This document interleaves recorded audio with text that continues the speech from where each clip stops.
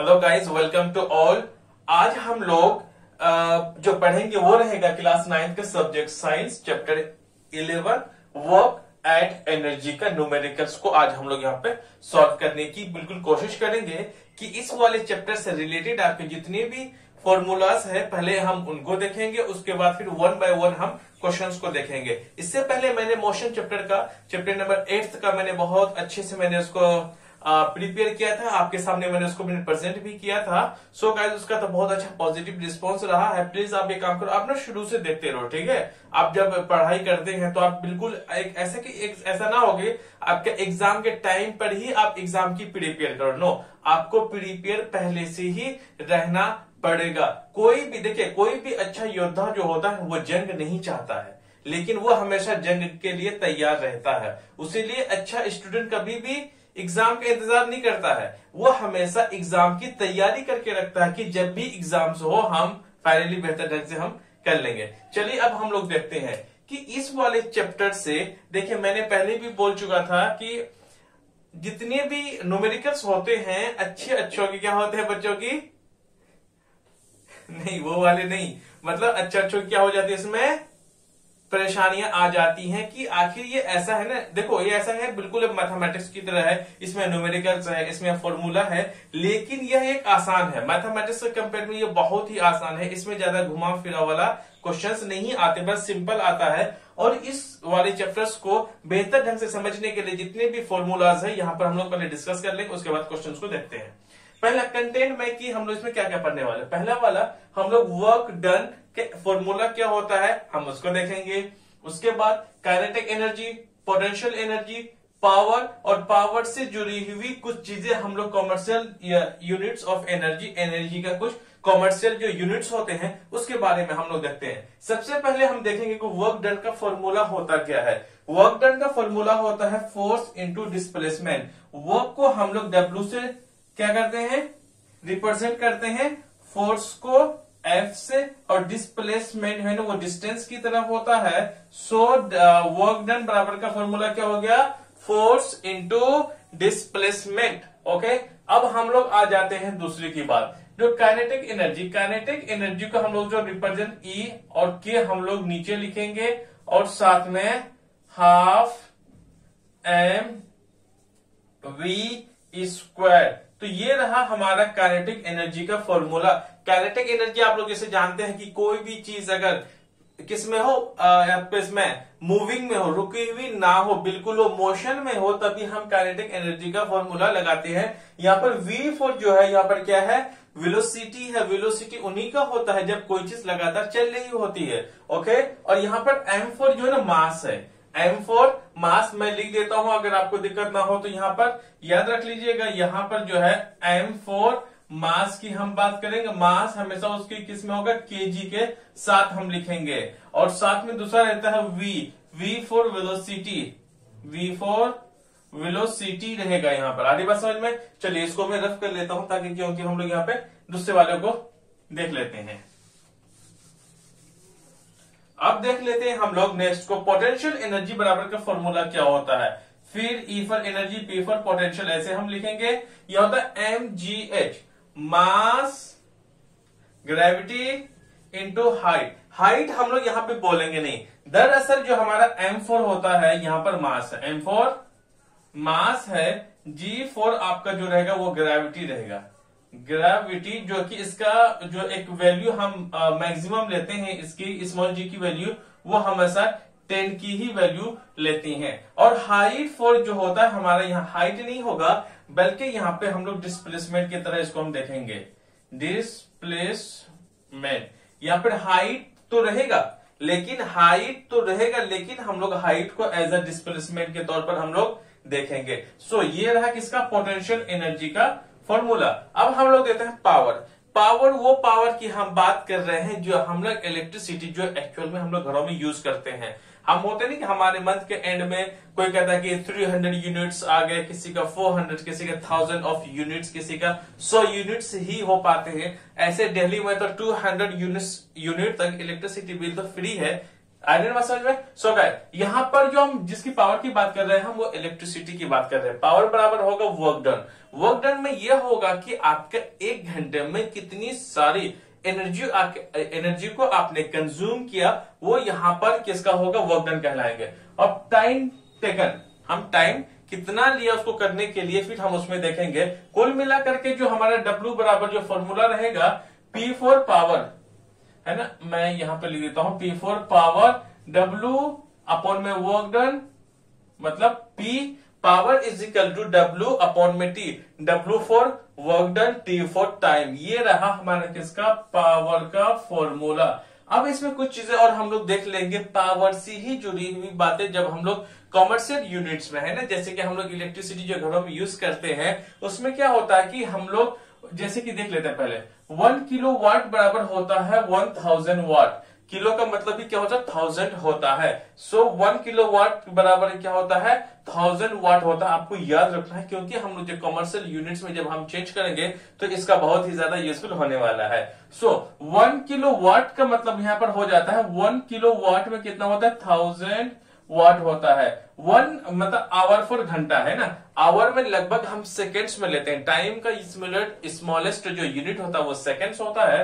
Seconds में क्या होता है, जैसे हम लोग आवर को हम लोग कितना 36 सेकेंड्स 3600 सेकेंड्स लेते हैं। जैसे कि मैं मानता हूं 1 आवर को सबसे पहले हमें 1 आवर को हमें मिनट में चेंज करना पड़ता है। मिनट के बाद फिर 60 से आप मल्टीपल कर दो, क्या करने के लिए, सेकेंड्स में लाने के लिए। क्या हो जाए जब इसको मल्टीपल करोगे तो आपके पास ये आ जाएगा, इसलिए मैंने यहाँ पर लिख दिया। अब याद रखिएगा कि जैसे कि हम लोग घरों में बोलते हैं कि हमारे घर का जो यूनिट होता है ना, 1 यूनिट जब हम बात कर रहे हैं इसका मतलब 1 यूनिट हम जब बात करते हैं 1 यूनिट का मतलब होता है 1 किलो वाट आवर। इसका हम 1 यूनिट मतलब के 1 किलो वाट, मतलब अगर हम लोग देख लें इसको, 1 मिनट जरा मैं इसको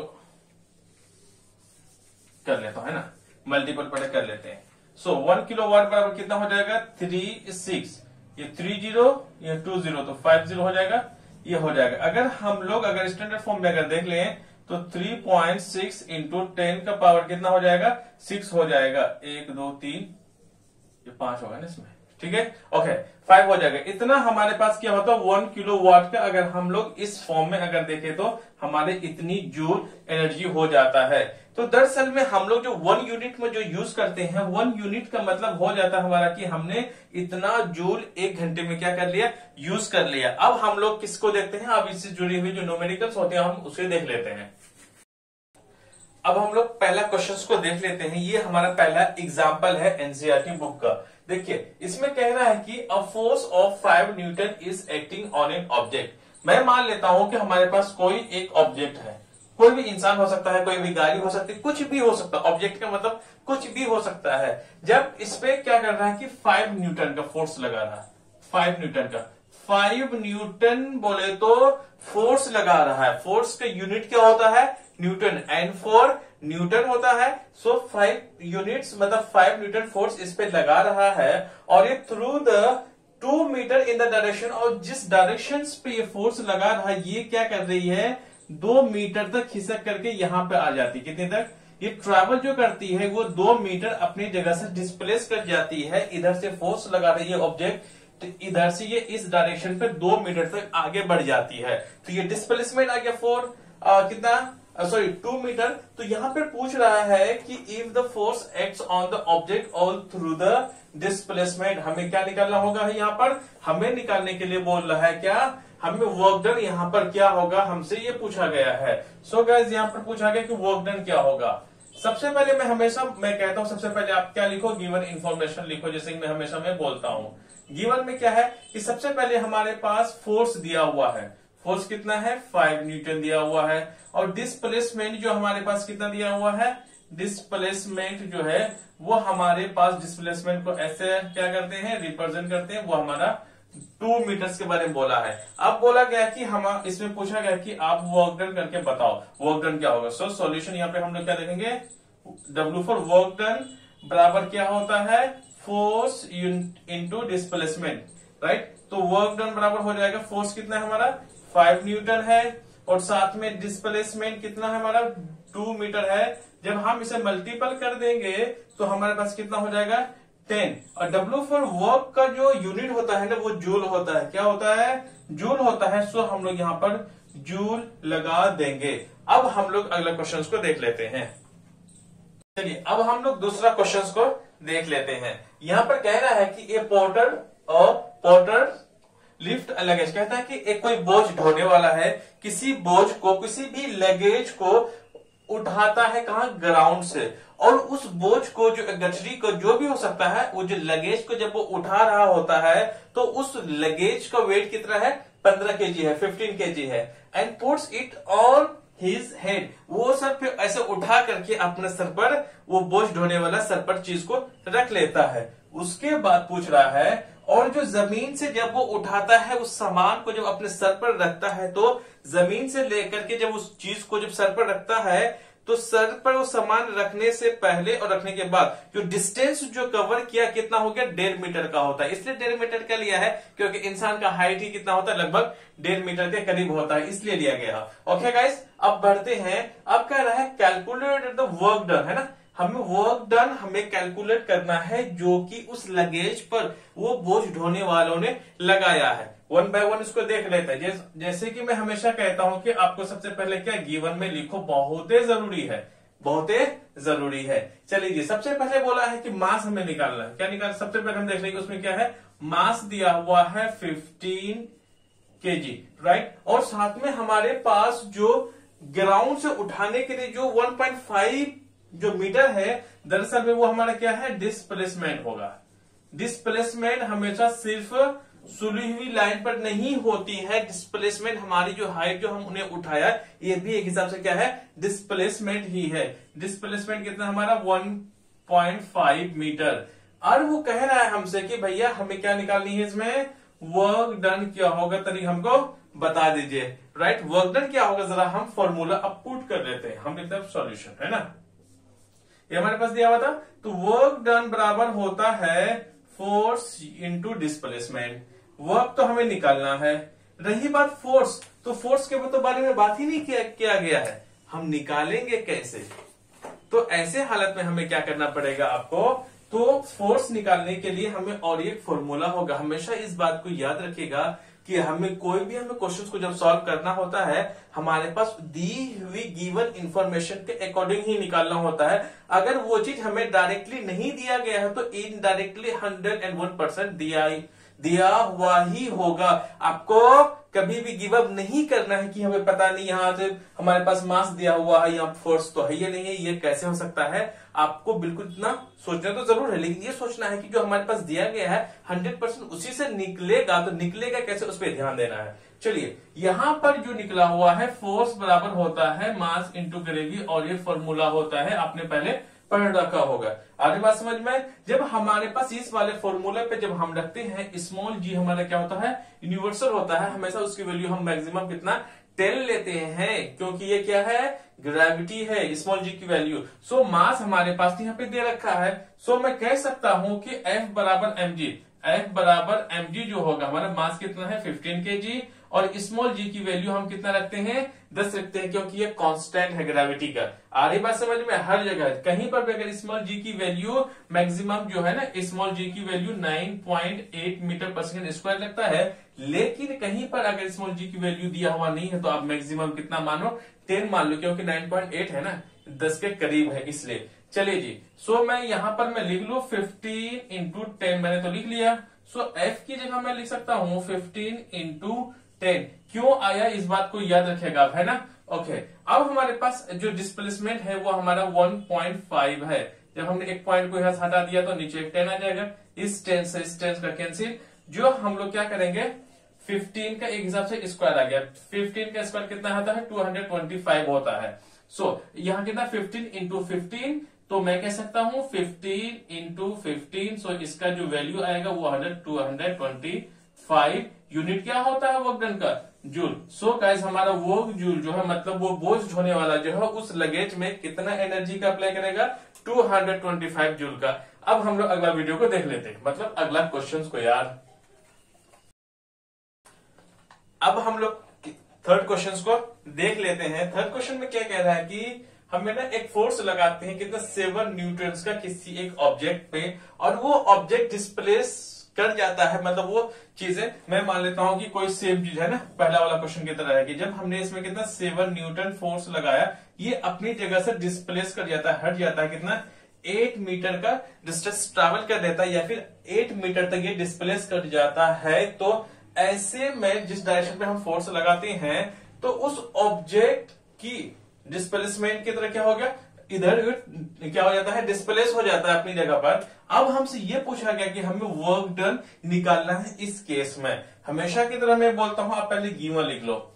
गिवन में हमसे ये पूछा गया है कि जो फोर्स है, फोर्स वो हमारा 7 न्यूटन दिया हुआ है, और साथ में जो डिस्प्लेसमेंट है, डिस्प्लेसमेंट हमारे पास कितना है, डिस्प्लेसमेंट जो हमारे पास कितना है, वो है हमारा 8 मीटर है। हमें W बराबर वर्क डन हमें पूछा गया है। सो हम लिख लेते हैं सॉल्यूशन।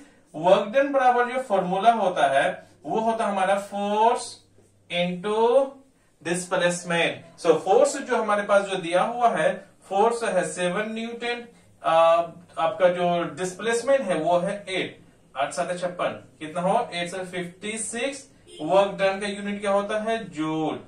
अरे बस समझ में। सो वर्क डन यहां पर जो निकलेगा हमारा कितना है, 56 जूल को अप्लाई करना पड़ेगा इस ऑब्जेक्ट को 8 मीटर तक ढकेलने के लिए। अब हम लोग अगले क्वेश्चन को देख लेते हैं।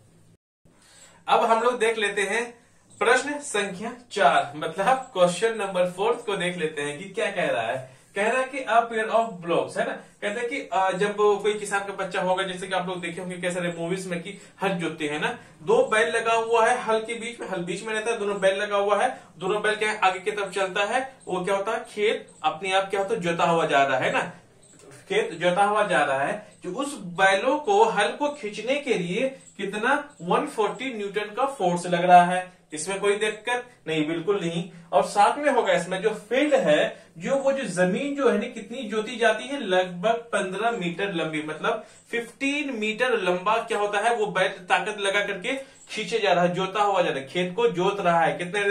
कितने डिस्टेंस तक वो हल चल रहा है, फिर कितना 15 मीटर तक, 15 मीटर तक ये बैल जो है ना उसे खींच रहा है। कहता है हाउ मच वर्क डन, कहता है कि वर्क डन कितना होगा जब उस बैलों ने जब फोर्स लगाया हल पर, तो हल से कितना लंबा दूर खींचा जाएगा, या फिर जब खींचा गया है, सॉरी खींचा तो चला गया है, लेकिन उसमें वर्क डन कितना होगा। एज ऑलवेज सबसे पहले हमें क्या करना पड़ता है, गिवन लिखना पड़ता है।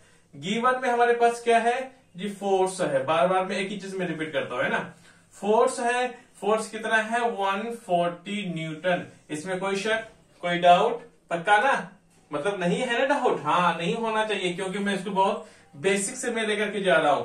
सो हमारे पास जो डिस्प्लेसमेंट होगा वो है हमारे पास कितना, डिस्प्लेसमेंट जो हमारे पास होगा जी वो है 15 मीटर। आई बस समझ में, हमसे पूछा गया कि वर्क डन बराबर क्या हो सकता है। सो सॉल्यूशन में लिख देता हूं, तो वर्क डन बराबर हमारा होता है force into displacement. So force जो है कितना लगा रहा है, वो 140 न्यूटन लगा रहा है, और 15 रहा। जब आप इसे मल्टीपल करोगे ना, जब आप इसे मल्टीपल करोगे तो 2100 क्या हो जाएगा, जूल हो जाएगा। सो बैलों को कितना एनर्जी, या फिर बैलों के द्वारा कितना वर्क डन किया गया, मतलब बैलों के द्वारा कितना काम किया गया, तो बैलों कितना 2100 जूल को लगाना पड़ा इतने डिस्टेंस को, इतनी दूरी तक क्या करने के लिए, खेत जोतने के लिए। सो वर्क डन हमारे कितना होगा 2100